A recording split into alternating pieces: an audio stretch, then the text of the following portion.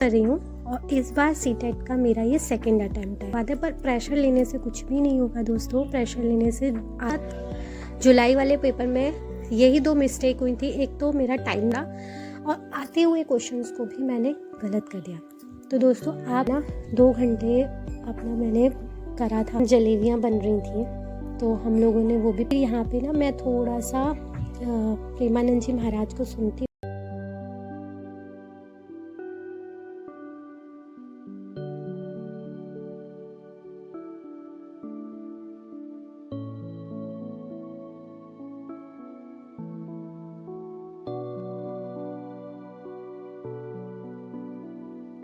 Hello everyone, welcome back to my channel.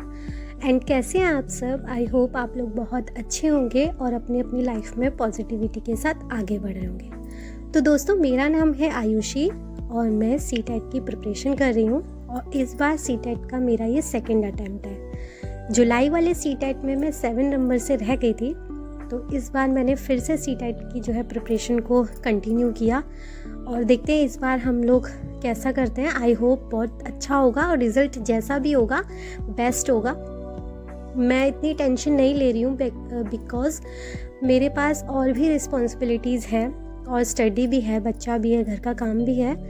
तो इसमें इतना प्रेशर लेने की कोई ज़रूरत नहीं है। आप लोगों को भी मैं यही कहूँगी कि अगर आपके पास बहुत सारी रिस्पॉन्सिबिलिटीज़ हैं और आप इतना नहीं कर पा रहे, ठीक है, कोई बात नहीं। जब आप फ्री होंगे, फ्री ऑफ माइंड से अच्छे से करेंगे, पर ये है कि उसके साथ भी कर रहे हैं और आप निकाल लेते हैं तो ये बहुत अच्छी बात है। पर प्रेशर लेने से कुछ भी नहीं होगा दोस्तों। प्रेशर लेने से आती हुई चीज़ें भी हम भूल जाएंगे। तो इसीलिए अगर आप अपने एग्ज़ाम की तैयारी कर रहे हैं और अच्छे से तैयारी नहीं भी हो पा रही है तो प्रेशर लेने की कोई ज़रूरत नहीं है। जितना भी हो रहा है ना, जैसी भी तैयारी हो रही है, अगर आप पूरे दिन में 1 घंटा भी दे रहे हैं तो उसे भी हैप्पी माइंड से ही कर रहो, क्योंकि कम से कम आपने जो 1 घंटे भी पढ़ा होगा वो आप अगर हैप्पी माइंड से हैं तो वो भी आपको याद रहेगा। लेकिन अगर वहीं आप बहुत परेशान हो जाएंगे तो आप पढ़ा हुआ भी भूल जाएंगे। तो इतना प्रेशर लेने की कोई भी नीड नहीं है। तो दोस्तों, मैंने यहाँ पर अपना एक मॉक टेस्ट लगा के देख रही थी कि उसमें मेरा आधा जो है हो गया था। मैंने 2 सब्जेक्ट कर लिए थे और बीच में उन्नति रोने लग गई थी और उन्हें सोना था। तो मैंने उनको सबसे पहले वो दोनों सब्जेक्ट कंप्लीट करने के बाद उनको सुलाया और जब वो सो गई थी तो उन्हीं को सुलाते हुए ही मैंने बाकी का जो है टेस्ट जो है करा। और काफ़ी इसमें ना टाइम भी लगता है क्योंकि क्वेश्चंस को समझ के हमें आंसर देने होते हैं और वैसे भी क्वेश्चंस को बहुत समझ के और ध्यान से ही पढ़ने चाहिए, क्योंकि मुझे ऐसा लगता है ना, हम क्वेश्चंस करने के जल्दबाजी में ना क्वेश्चन अच्छे से पढ़ना ही भूल जाते हैं और गलत आंसर को जो है टिक कर जाते हैं। मेरे साथ जुलाई वाले पेपर में यही 2 मिस्टेक हुई थी। एक तो मेरा टाइम मैनेजमेंट ठीक से नहीं बन पाया था। मतलब मैं इतना क्वेश्चनों में खो गई कि मेरा इंग्लिश का जो पीछे का पार्ट था वो रह गया था, मैं कंप्लीट ही नहीं कर पाई थी। और बाकी ये था, जो मुझे क्वेश्चंस आते थे मैंने पेपर जल्दबाजी में सॉल्व करने के चक्कर में मैंने क्वेश्चंस को ध्यान से ही नहीं पढ़ा और आते हुए क्वेश्चंस को भी मैंने गलत कर दिया। तो दोस्तों, आप ना इस 2 जो मैं 2 गलती मैं बता रही हूँ जो मैंने की थी, आप बिल्कुल मत करना।